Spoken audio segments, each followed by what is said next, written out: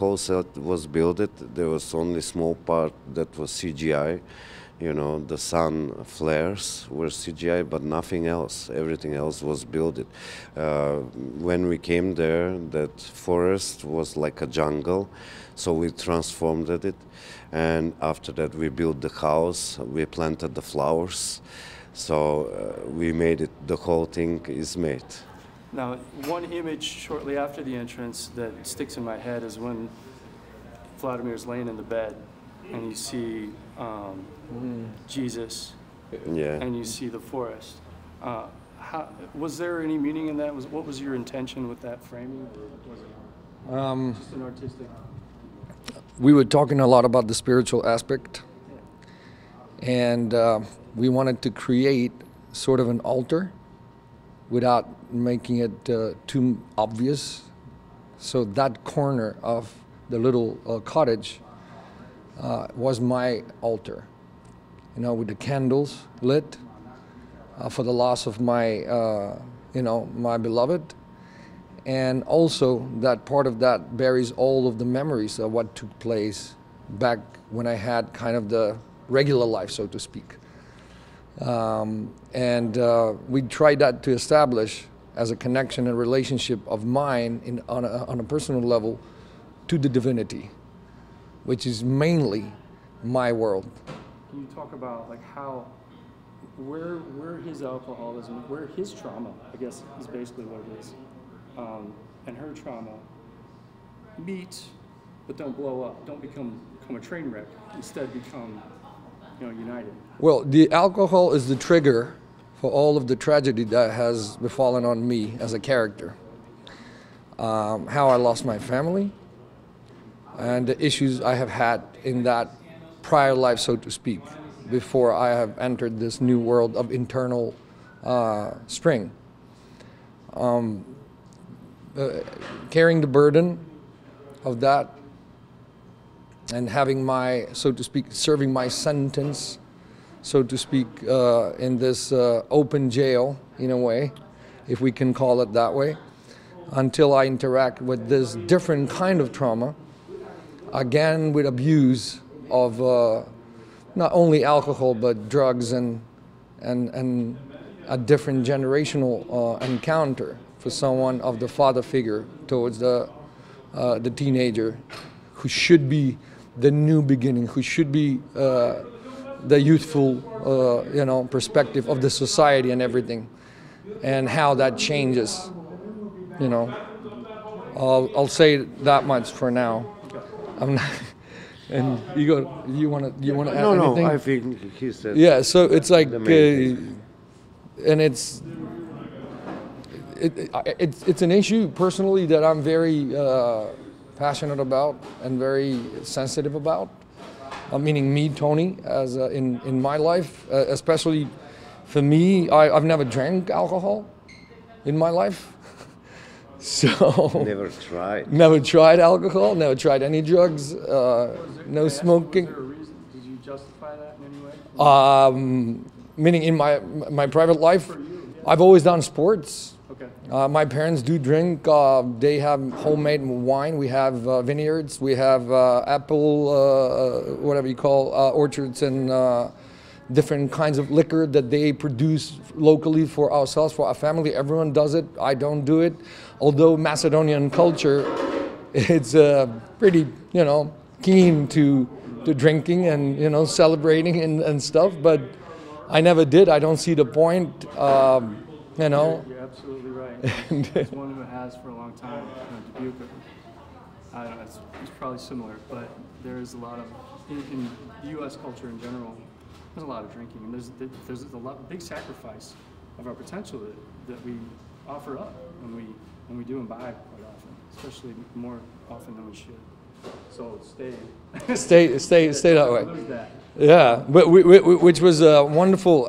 Now that I think of, I don't think we discussed this in any of the Q&As that we've had before. One of the challenges of how different this character is to what I am in private life. That's a big thing that is completely has nothing to do with who I am and my beliefs. You did say something about music that I thought was interesting. Did you guys work together on that? You explained the cast as an orchestra. We worked together. We discussed all of that, orchestrating it, the symphony aspect of it, for each of the moments, each of the character to be a different tone, different nuance, in terms of the physical life, the emotional life, the level of the scale of where that is, and he is the conductor.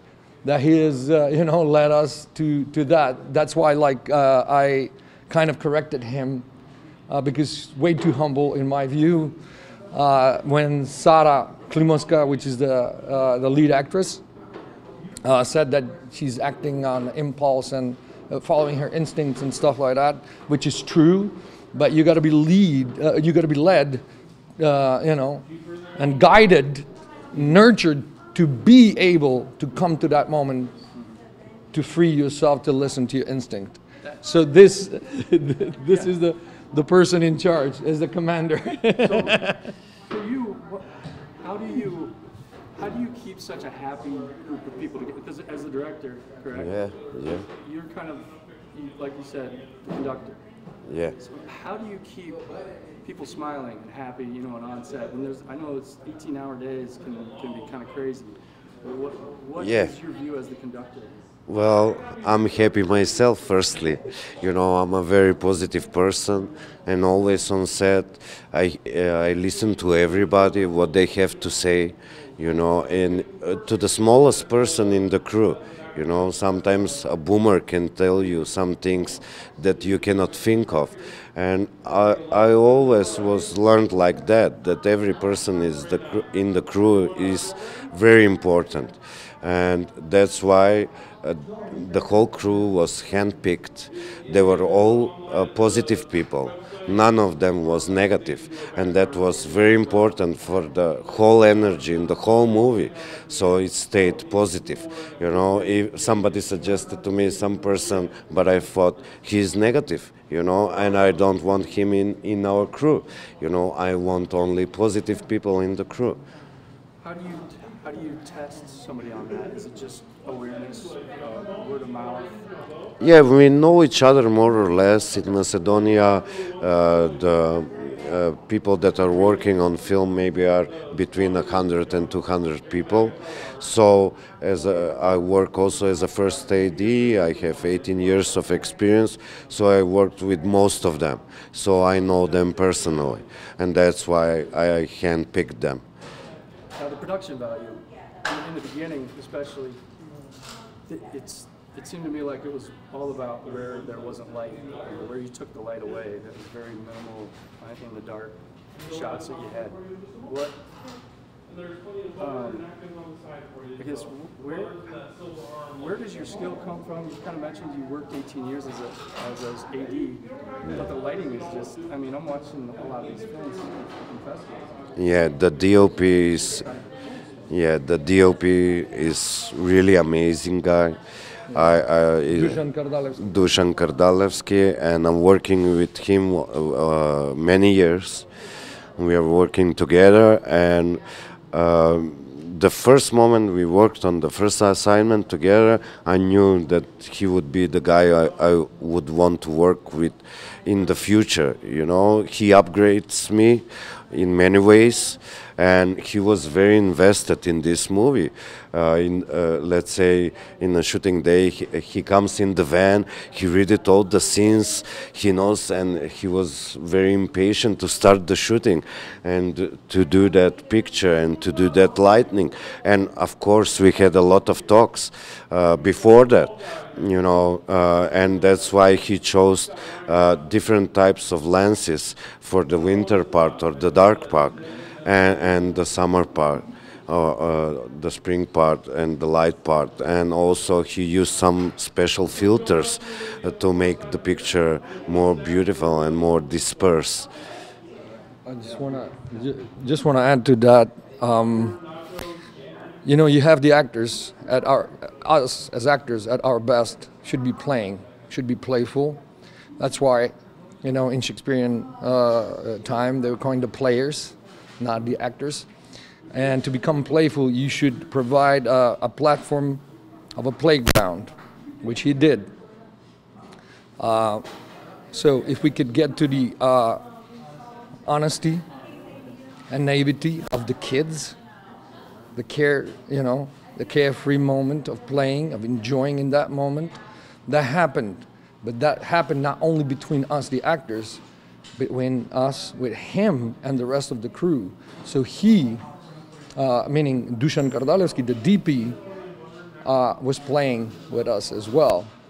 It was back and forth with a lot of joy, with a lot of fun, and I never sensed that it went so many hours. I think I could do I don't know how many more months with that because of that, because there's so many aspects, so many layers to it, so many nuances, and it's magic. It doesn't happen often when all of these things come together. Yeah, well, congratulations. Thank you.